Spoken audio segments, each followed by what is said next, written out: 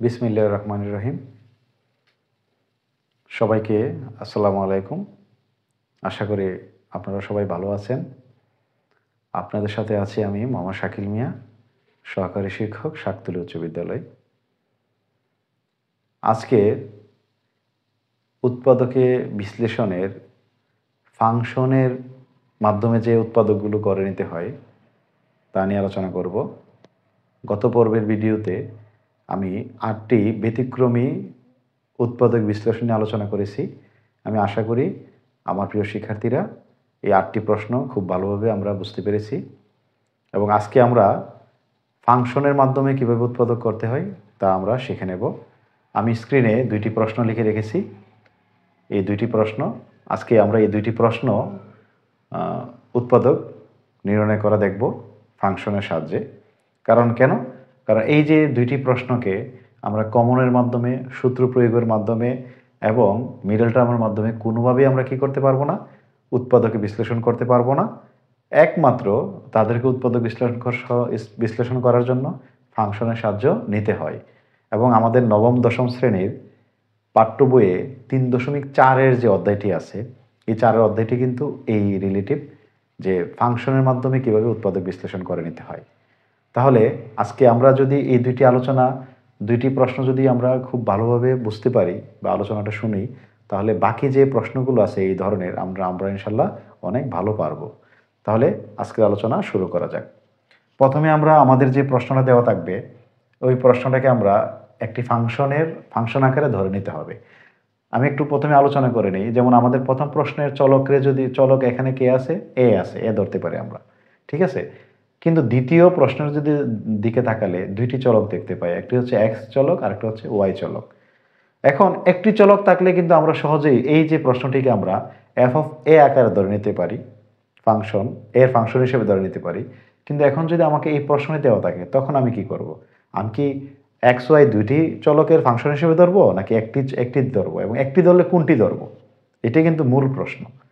আমি সবার সুবিধার্থে বলি, একটি দেওয়া থাকলে তো আমাদের কোনো প্রশ্নই থাকবে না, আমরা এটাই ধরে নেব। কিন্তু 2টি দেওয়া থাকলে তুমি যে কোনো একটি ধরে নেবা।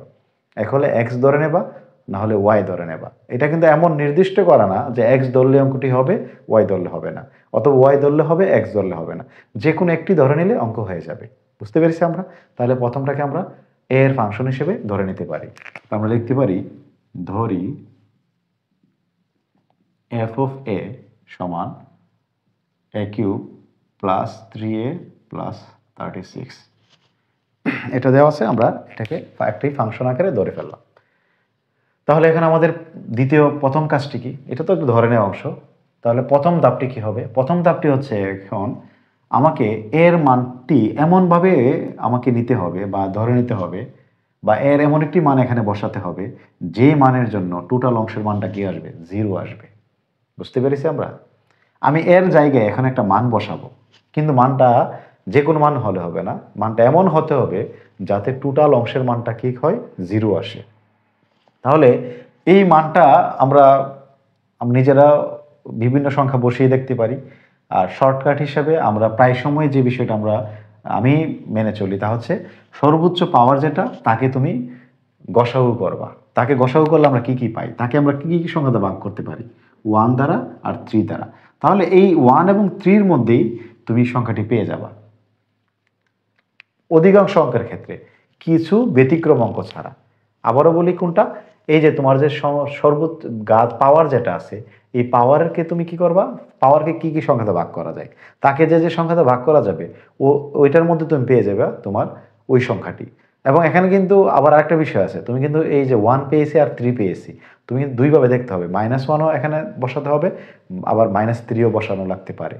কারণ আমরা একটা খেয়াল করে দেখো, আমাদের টোটাল অঙ্কটাই কিন্তু পজিটিভ, সবগুলোই প্লাস চিহ্ন আছে। তাহলে কিন্তু আমরা যদি পজিটিভ মান বসাই তাহলে কি 0 আসবে? আসবে না। 0 আসার জন্য কিন্তু আমাদের প্লাসের মানও লাগবে, মাইনাসের মানও লাগবে। কিন্তু এখানে তো সবই প্লাস, তাহলে কি আমরা প্লাসের 1 বসালে কি অঙ্কটি 0 হবে? হবে না। সেক্ষেত্রে বলে কি, তুমি প্লাসের 1 অথবা মাইনাসের 1 বসাবা। বুঝতে পেরেছি? তো প্লাসের 1 তো হবেই না, তাহলে মাইনাসের 1 বসালে কি 0 হয় কিনা আমরা একটু মুখে হিসাব করে দেখি।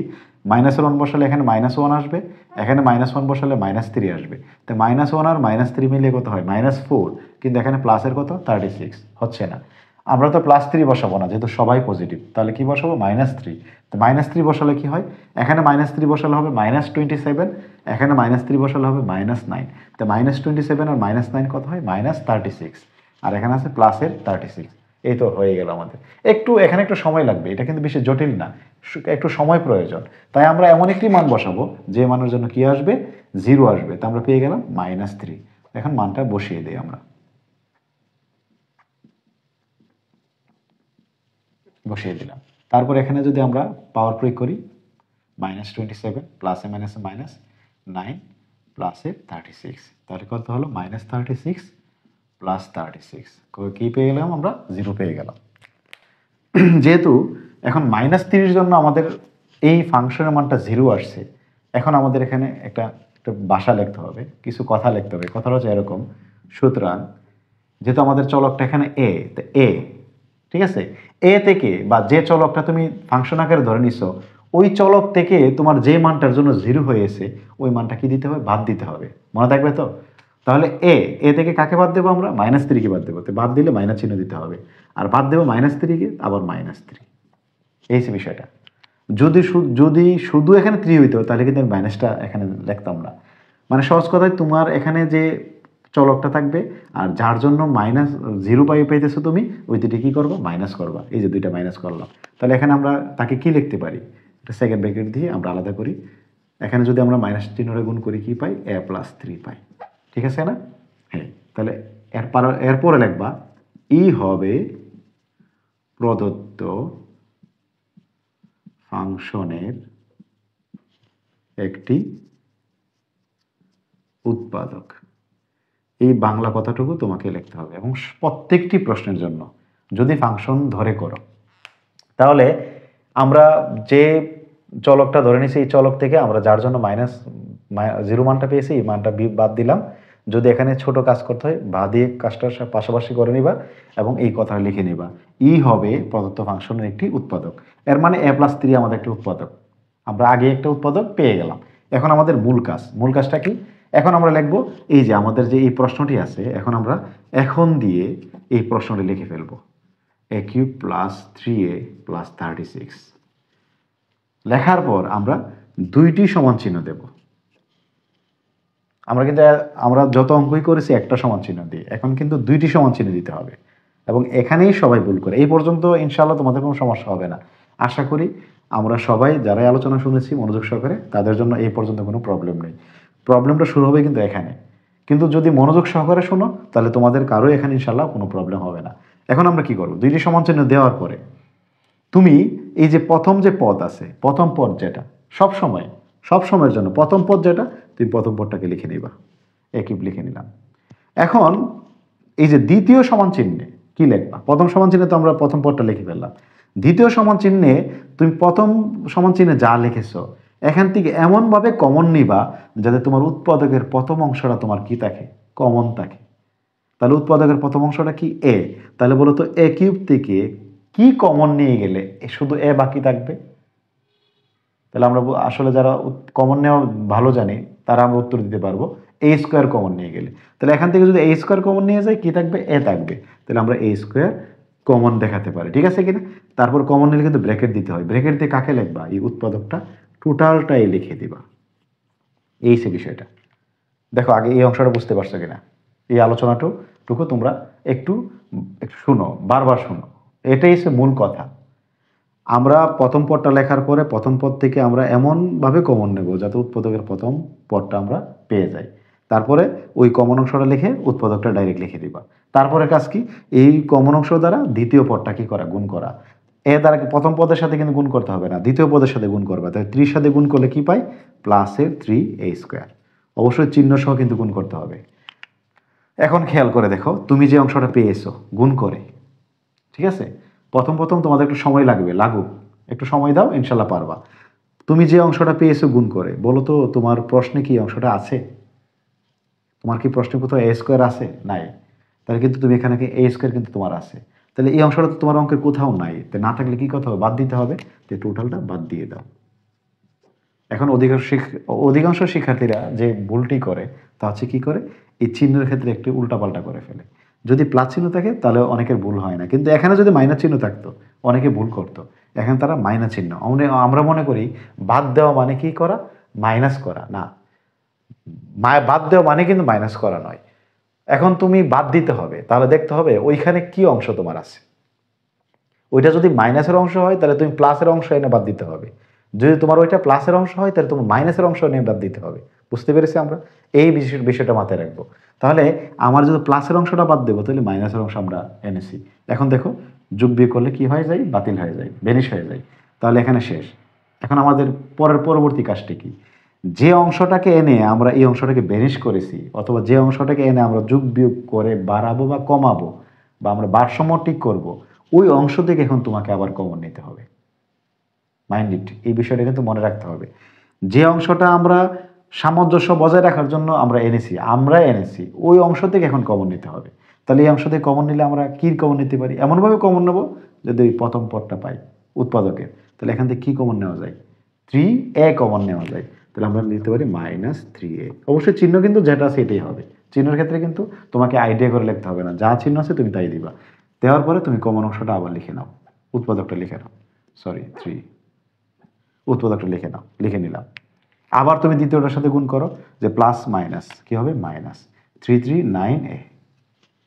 ঠিক আছে? তাহলে তুমি গুণ করে যেটা পেয়েছো, দেখো তোমার অঙ্কে এটা আছে কিনা। আছে কত, +3a। তোমার এখানে আছে কত, -9a। দেখো হিসাবটা কিন্তু অনেকেই বুঝতেছে না, -9a এটা তোমার আছে, তুমি পেয়েছো এটা। এখন তোমাকে তো +3 এর হিসাবটা রাখতে হবে, তুমি তো 9 আনলে হবে না মাইনাসের। তাহলে এখন কি করব, কি পরিমাণ এখানে আমি লিখলে আমার +3 থাকবে। এখন অনেকে কি বলবে, স্যার 6a বাদ দিয়ে দিন। তাহলে 6a বাদ দিলে কিন্তু কি থাকবে, -3a থাকবে। বুঝতে পেরেছি? কিন্তু আমার এখানে আছে কি, +3a। তো চিহ্ন সহ তো আমাকে ঠিক রাখতে হবে, শুধু তো সংখ্যা ঠিক রাখলে হবে না। তাহলে আমরা কি করবো, এখানে এমনভাবে আনবো জিনিসটা যাতে আমাদের চিহ্ন সহ ঠিক হয়ে যায়। তাহলে কত আনতে পারি, 12 আনতে পারি। দেখো 12 থেকে 9 চলে গেলে কত, 3 থাকবে, তাহলে +3a। তাহলে এখানে আমরা কি কত যোগ করতে পারি, 12a যোগ করতে পারি। বুঝতে পেরেছি আমরা? তাহলে এখন আবার এই 12a থেকে কমন নেব, তাই কত কমন নিতে পারি, 12 কমন নিতে পারি, 12। তাহলে আমাদের উৎপাদকটা কি, a+3। তাহলে দ্বিতীয়টার সাথে গুণ করলে কি হয়, +12 আর 3 গুণ করলে হয় 36। এই যে দেখো 36 মিলে যাবে হিসাব বরাবর। সর্বশেষটা অটোমেটিকলি মিলে যাবে, যদি মিলে যায় তাহলে অঙ্ক সঠিক। বুঝতে পেরেছি? তাহলে এখন আমরা কি করি, সবার কাছে কিন্তু a+3 আছে, সবার কাছ থেকে a+3 কমন নিতে পারি। বাকি থাকবে a² -3a +12। এ হচ্ছে উৎপাদক। আশা করি আমরা সহজেই বুঝতে পেরেছি। ঠিক একই রকমভাবে আমরা দ্বিতীয় যে প্রশ্নটি আছে, আমরা প্রশ্নটি একটু আলোচনা করি।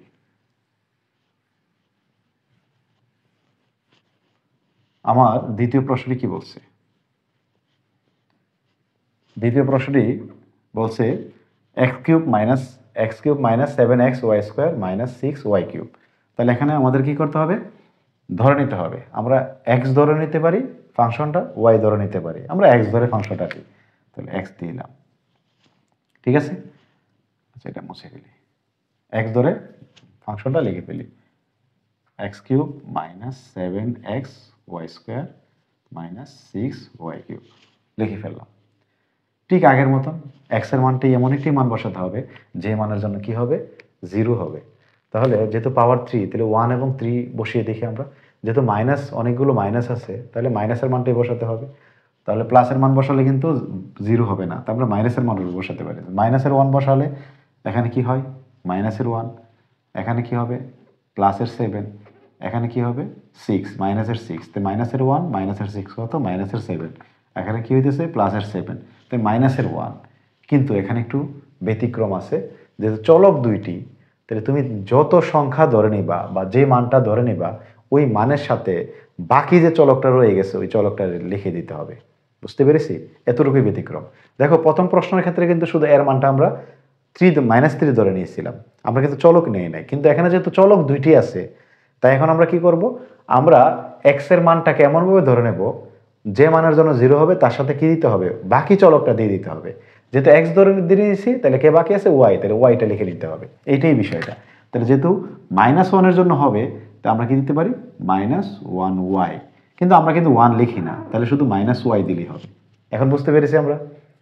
যদি অন্য সংখ্যা হয়তো আমরা অবশ্যই দিতাম -2y, -3y, -4y, 5y, কিন্তু 1 তো লিখি না আমরা, তাই 1 আমি লিখলাম না। যদি তোমাদের প্রবলেম হয় তোমরা 1 লিখে দেখতে পারো, ঠিক আছে?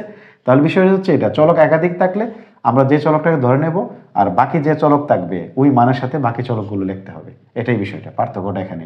তাহলে মানটা বসিয়ে দাও, তাহলে y এর মান হচ্ছে -y, -y whole cube -7 -y into y square -6y cube.